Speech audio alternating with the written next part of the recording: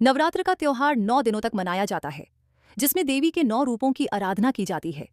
देवी के इन 9 रूपों का अलग अलग महत्व है, जो हमें जीवन में भी कई सीख देते हैं। शैलपुत्री पहला रूप पार्वती का माना जाता है, जो हिमालय की पुत्री हैं। इससे यह सीख मिलती है कि रिश्तों में मजबूत आधार होना चाहिए। जिस तरह से पहाड़ मजबूत होते हैं, उसी तरह रिश्तों की नींव मजबूत होनी चाहिए। ब्रह्मचारिणी दुर्गा का दूसरा रूप ज्ञान और तपस्या का प्रतीक है। इससे यह सीख मिलती है कि रिश्तों में धैर्य और समर्पण होना चाहिए। साथ ही ज्ञान होना भी जरूरी है ताकि एक दूसरे को समझ सकें। चंद्रघंटा यह रूप शांति और सौंदर्य का प्रतीक है। इससे यह सीख मिलती है कि रिश्तों में संतुलन होना चाहिए, तभी रिश्ते मधुर रहते हैं। गुस्से और शांति दोनों का अपना महत्व है, इसलिए इनके बीच संतुलन बनाए रखना जरूरी है। कूष्मांडा चौथा रूप सृष्टि के संचालन का प्रतीक है। इससे यह सीख मिलती है कि रिश्तों में सकारात्मकता होनी चाहिए।